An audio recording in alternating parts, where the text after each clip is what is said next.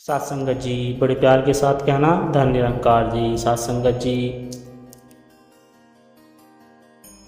आशा करते हैं कि आप सभी संत महापुरुष सतगुरु माता जी के आशीर्वाद से जहाँ भी होंगे सेवा सुमरन और सत्संग करते हुए सतगुरु के चरणों से जुड़कर स्वस्थ होगे, मस्त होगे, प्रसन्न होगे। सात संगत जी, आप जी के चरणों में बहुत ही सुंदर विचार जिसका विषय है संसार से आपका तो कैसे समाप्त हो सकता है।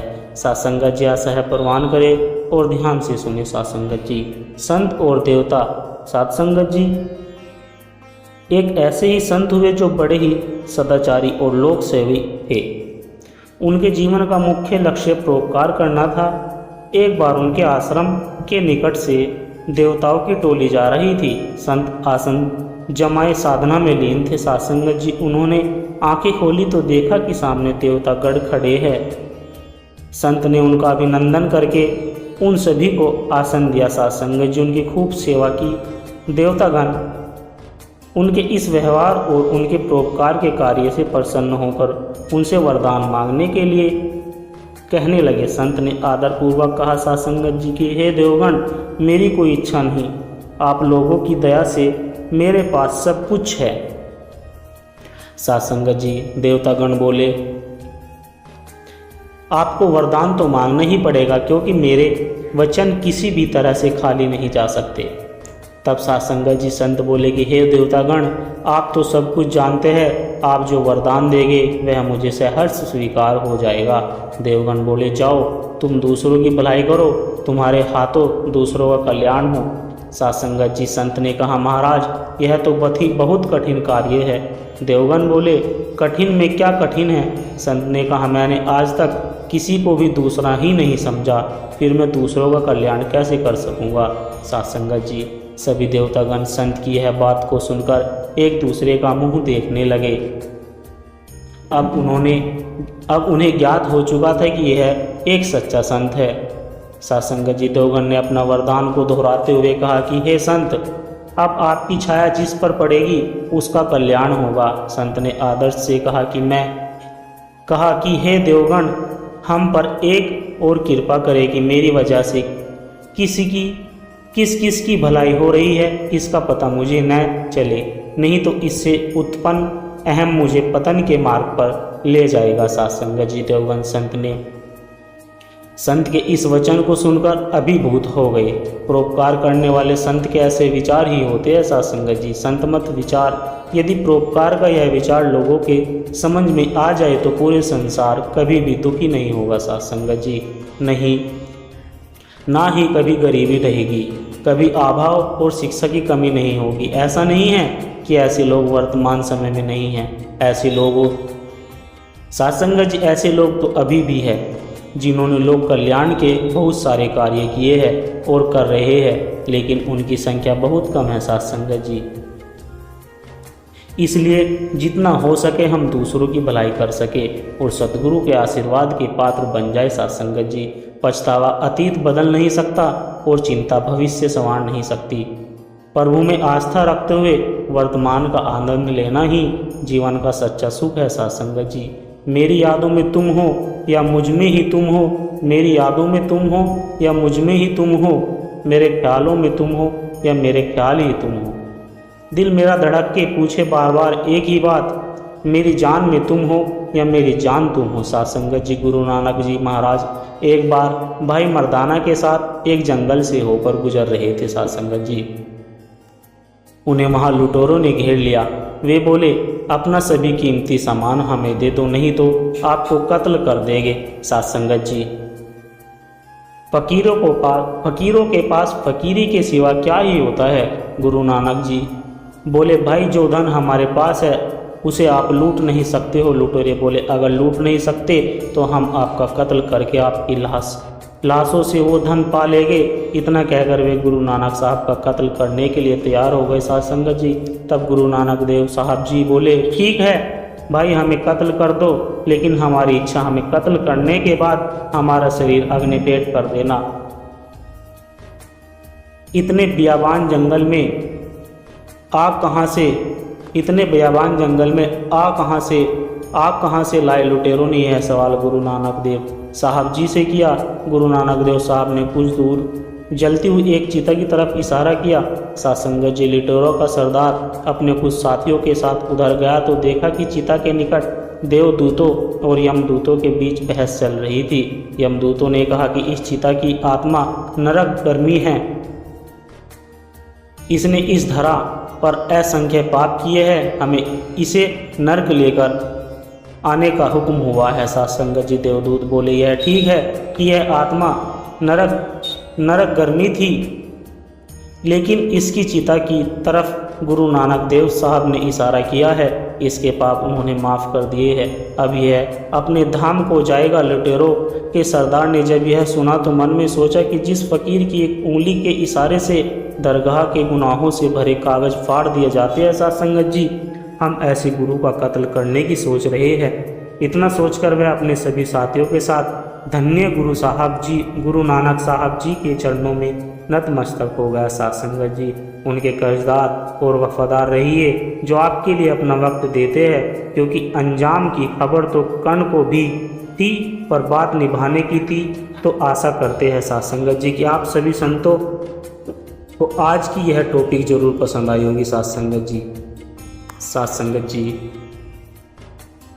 आज का मानव भगवान के लिए लड़ रहा है कि मेरा भगवान अच्छा है, तुम्हारा भगवान तो नया है। साथ संगत जी, हमारा तो बहुत पुराना है। लड़ाई का कारण स्पष्ट है साथ संगत जी कि सब लोग ये मानने के चक्कर में पड़े हुए हैं कि किसी को इसका एहसास ही नहीं कि भगवान के बनाए हुए हम सब है। साथ संगत जी, और जिसके लिए हम लड़ रहे हैं उन्हें भी उसी भगवान ने बनाया है। साथ संगत जी, कबीर जी कहते हैं, एक ही देश में उतरे, एक ही घाट हवा लगी, संसार की हो गए 12 बार। इस संसार के अंदर लोग यह नहीं जानते, यह नहीं सोचते कि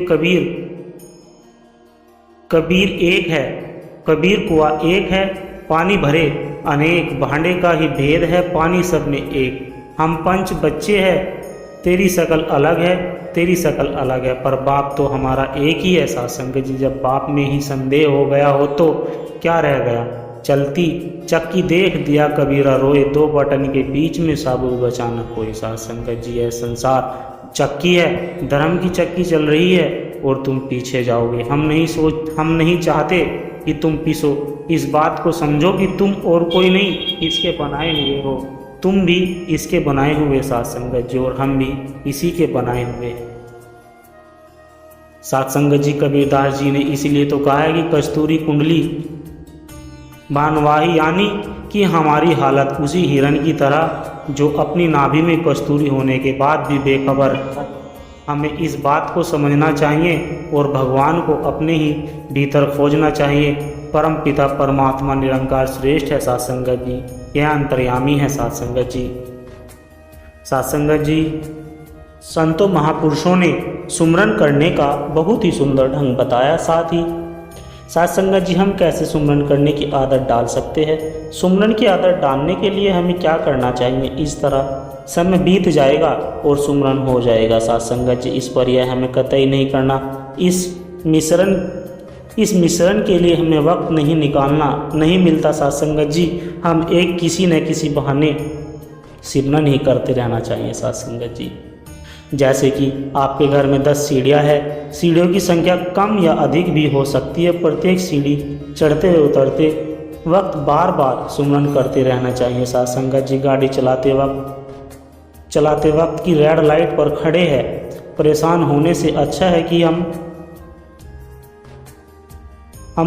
जब और हरी बत्ती जलेगी तो आप चले गए। साथ संगत जी, तब तक सुमरन करते रहिए। आप किसी को फ़ोन कर रहे हैं, घंटी जा रही है, साथ संगत जी, उस समय भी हमें जब तक सिमरन करना चाहिए जब तक सामने वाला फ़ोन ना उठा ले। साथ संगत जी, कोई भी मान लीजिए कि घर में माता है या जो भाई बहन है रोटी पका रही है, काम करते हुए पकाइए, सिमरन भी होगा और रोटी खाने वाले को भी आनंद आएगा। साथ संगत जी, यदि आप किसी का इंतज़ार कर रहे हैं, सिमरन करते रहिए, सिमरन भी होगा और इंतज़ार भी खत्म हो जाएगा।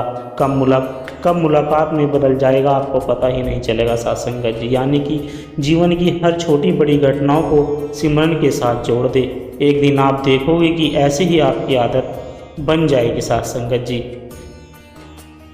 साथ संगत जी, नदी अब जहाँ सुमरन के लिए समय नहीं मिल रहा था, अब देखिए आपको बार बार सीनियर याद आएगा। साथ संगत जी, सिमरन का शब्द जो आपके स्वास्थ्य में बस जाएगा और सहज में ही सिमरन होने लगेगा। साथ संगत जी, साथ संगत जी, लालच का परिणाम। साथ संगत जी, किसी गांव में एक धनी सेठ रहता था। उसके बंगले के पास एक जूते सिलने वाला गरीब मोची की छोटी सी दुकान। वह सिलता तो भगवान का नाम भजन गुनगुनाते रहता, लेकिन सेठ ने कभी उसके भजन की तरफ ध्यान नहीं दिया। साथ संगत जी, एक दिन सेठ व्यापार के सिलसिले में विदेश गया। वो घर लौटते वक्त उसकी तबीयत बहुत ही खराब हो गई, लेकिन पैसों की कमी थी। साथ संगत जी, देश विदेश से डॉक्टरों को बुलाया गया, लेकिन कोई भी सेठ की बीमारी का इलाज नहीं कर सका। साथ संगत जी, अब सेठ की तबीयत दिन प्रतिदिन खराब होती जा रही थी। वह चल फिर नहीं पा रहा था। एक दिन वह घर में अपने बिस्तर पर लेटा था। साथ संगत जी, अचानक उसके कान में मोची के भजन के गाने की सुनाई आवाज़ गई। साथ संगत जी, आज मोची के भजन बहुत अच्छे लग रहे थे। साथ संगत जी, साथ संगत जी,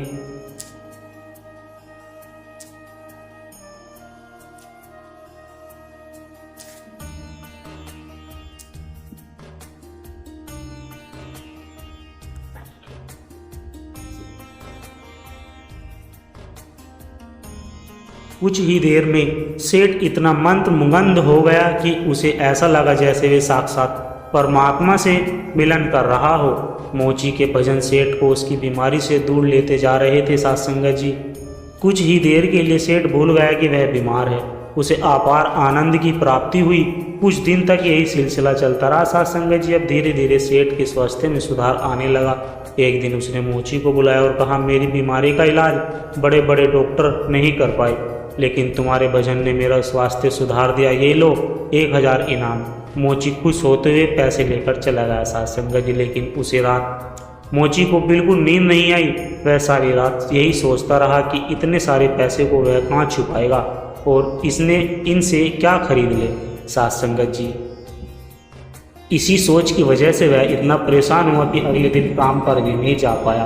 अब वह भजन गाना तो जैसे भूल ही गया था। साथ संगत जी, मन में खुशी थी पैसे की। अब तो उसने काम पर जाना भी बंद कर दिया और धीरे धीरे उसकी दुकानदारी भी चौपट होने लगी। साथ संगत जी, इधर सेठ की बीमारी फिर से बढ़ती जा रही थी। एक दिन मोची सेठ के बंगले में आया और बोला, सेठ जी, आपने यह पैसे वापस रख लीजिए। इस धन की वजह से मेरा धंधा चौपट हो गया। मैं भजन गाना ही भूल गया। इस धन ने तो मेरे परमात्मा से नाता ही तोड़वा दिया। साथ संगत जी, मोची पैसे वापस करके फिर से अपने काम में लग गया। भजन की किस तरह हम पैसों का लालच हमको अपनों से दूर ले जाता है। हम भूल जाते हैं कि कोई ऐसी शक्ति है जिसने हमें बनाया है। आज के माहौल में साथ संगत जी, यह सब बहुत देखने को मिलता है। लोग 24 घंटे सिर्फ जॉब की बात करते हैं, बिजनेस की बात करते हैं, पैसों की बात करते हैं, लेकिन साथ संगत जी, धन जीवन यापन के लिए बहुत ज़रूरी है, लेकिन उसके लिए अपने अस्तित्व को भूल जाना मूर्खता ही है। साथ संगत जी, आप खूब पैसा कमाएं, लेकिन साथ ही साथ अपने माता पिता की सेवा करिए, दूसरों के हित की बातें सोचिए और भगवान का हमेशा स्मरण करते रहिए। साथ संगत जी, बड़े प्यार से कहना, धन निरंकार जी। साथ संगत जी, दास के द्वारा कहे गए विचार यदि आप जी को अच्छे लगे हो तो वीडियो को लाइक करें, शेयर करें और कमेंट बॉक्स में धन निरंकार जी लिखकर साथ संगत जी अपने विचार साझा जरूर करें और दास के चैनल को भी सब्सक्राइब कर दें। और साथ संगत जी, दास को आशीर्वाद दे कि हर रोज़ आप जी के चरणों में ऐसे ही सुंदर सुंदर विचार लेकर आता रहूं। साथ संगत जी, प्यार से कहना, धन निरंकार जी।